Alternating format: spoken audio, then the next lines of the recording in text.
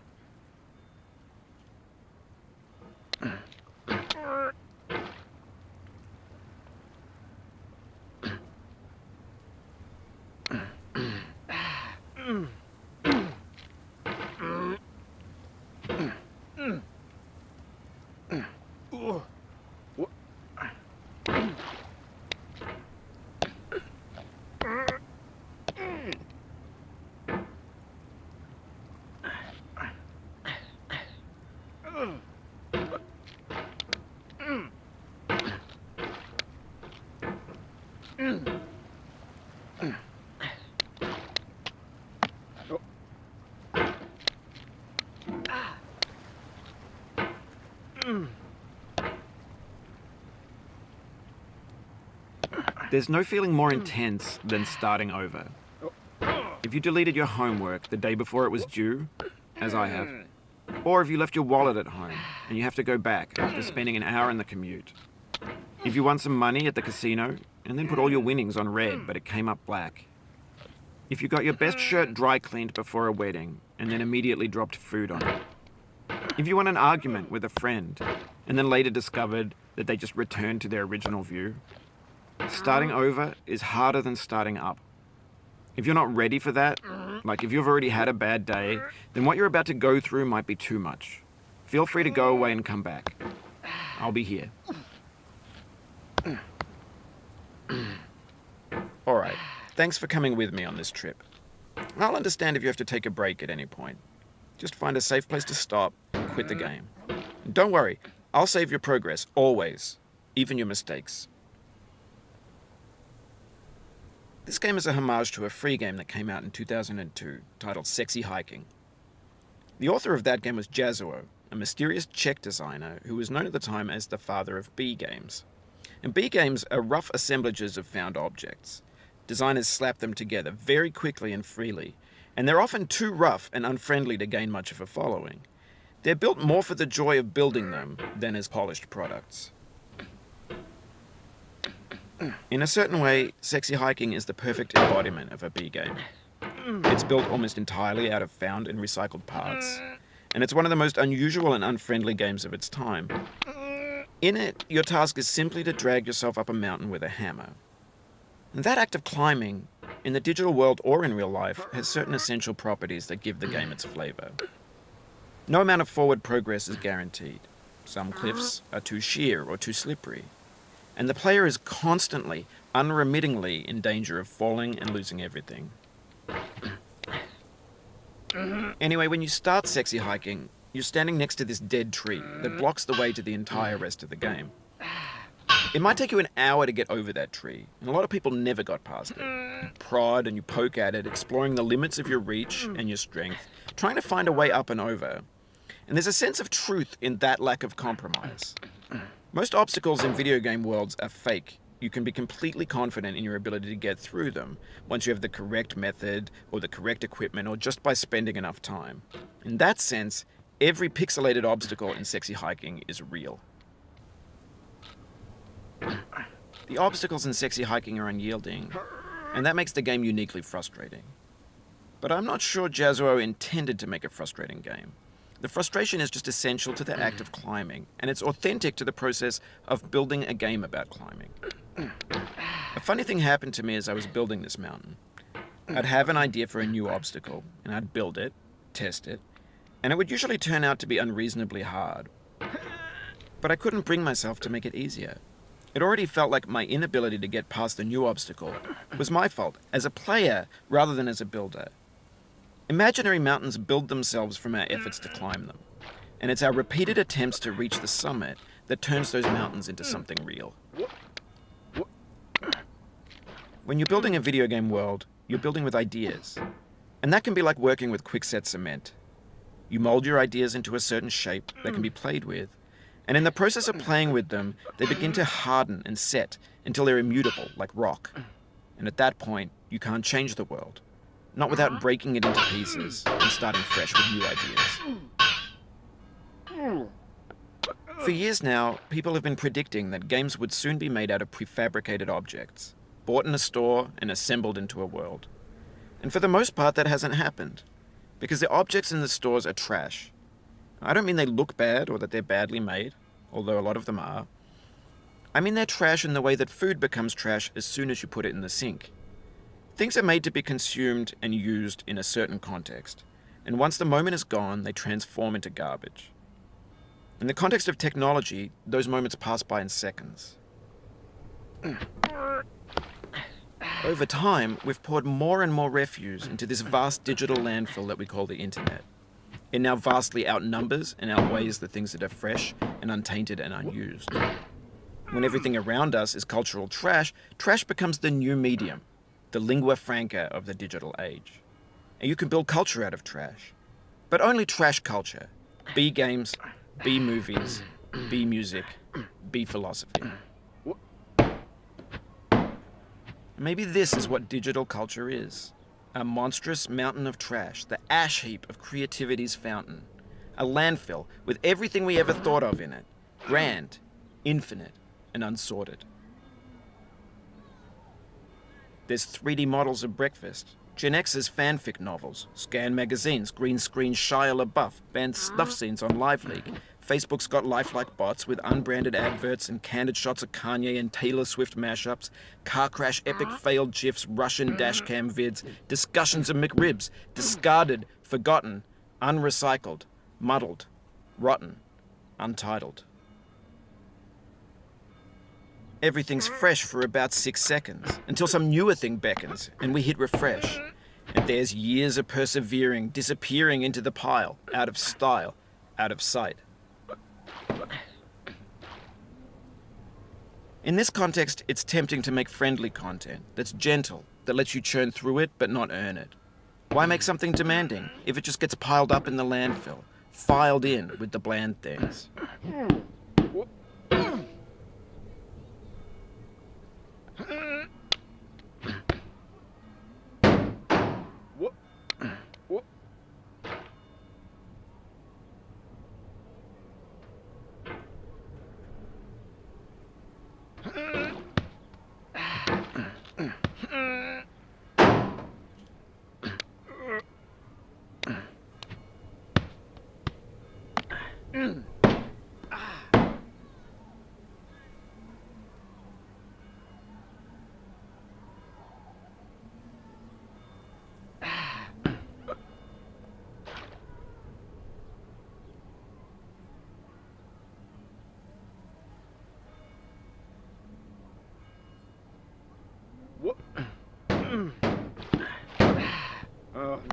Oh, you just lost a lot of progress. That's a deep frustration, a real punch in the gut.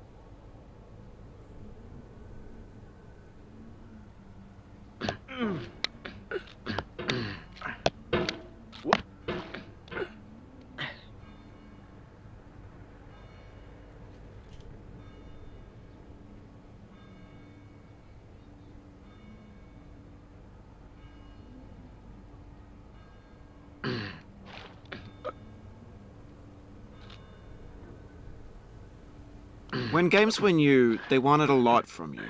Daunting you, taunting you, resetting, delaying you. Players played stoically. Now everyone's turned off by that. They want to burn through it quickly, a quick fix for the fickle, some tricks for the clicks of the feckless. But that's not you, you're an acrobat. You could swallow a baseball bat.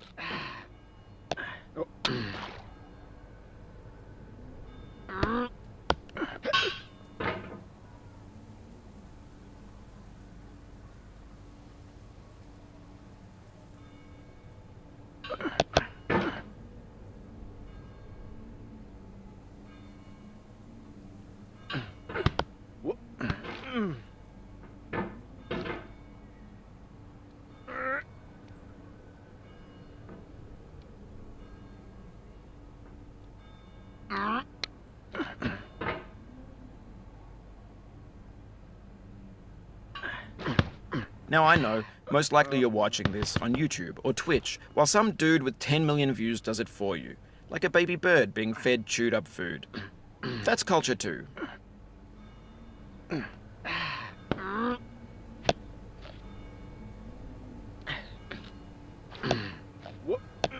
But on the off chance that you're playing this, what I'm saying is, trash is disposable, but maybe it doesn't have to be approachable. What's the feeling like? Are you stressed? I guess you don't hate it if you got this far. Feeling frustrated? It's underrated.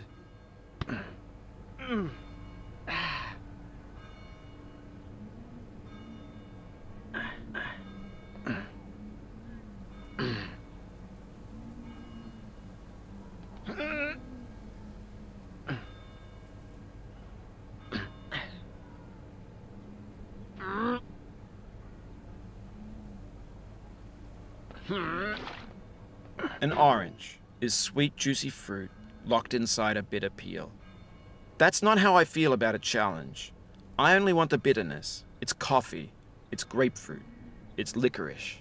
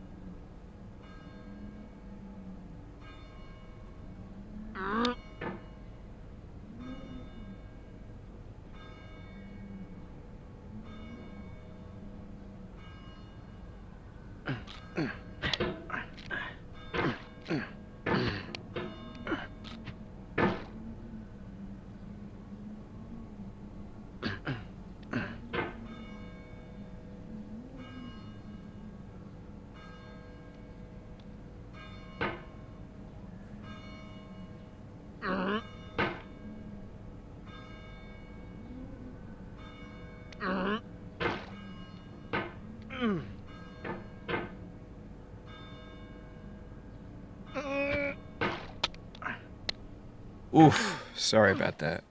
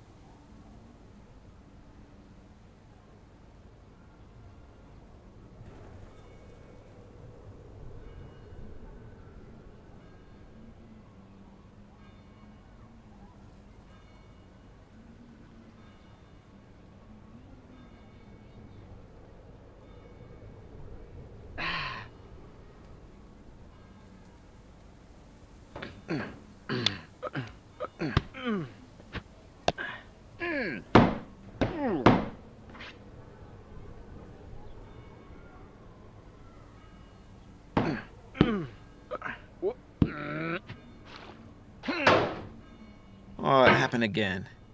Keep on trying, don't let it get to you.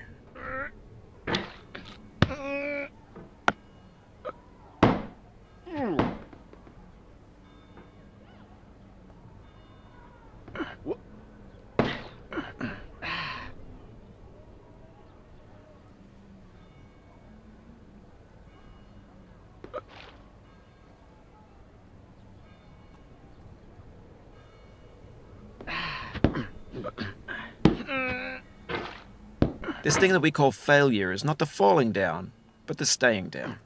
Mary Pickford.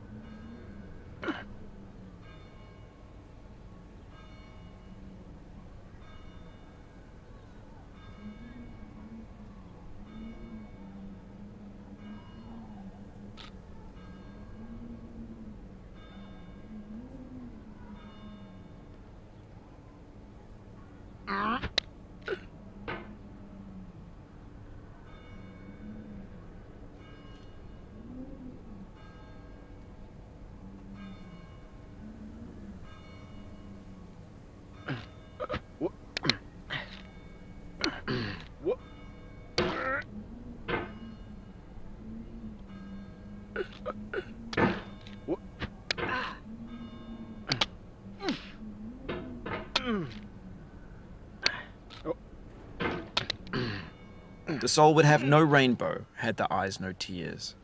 John Vance Cheney.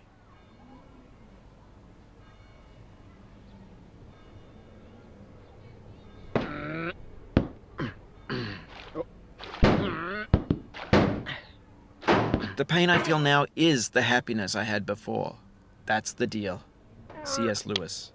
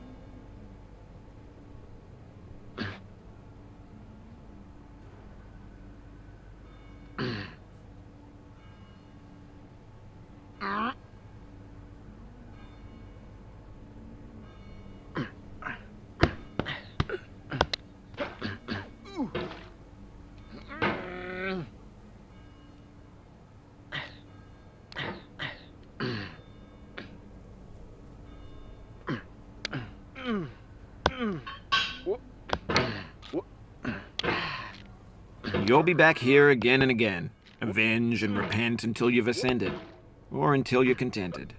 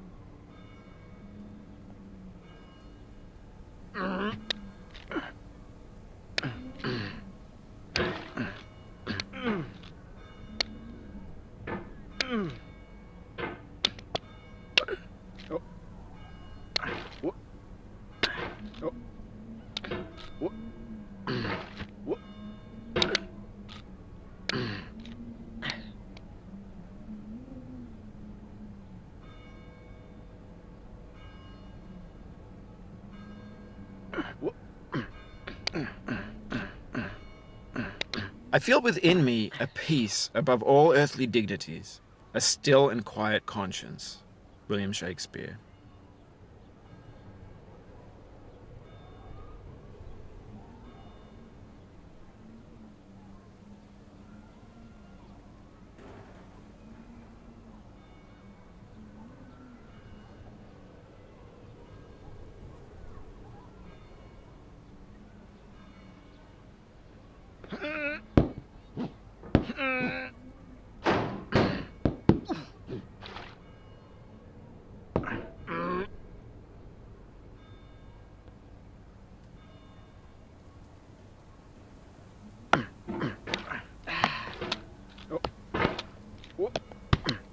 You cannot now believe that you will ever feel better.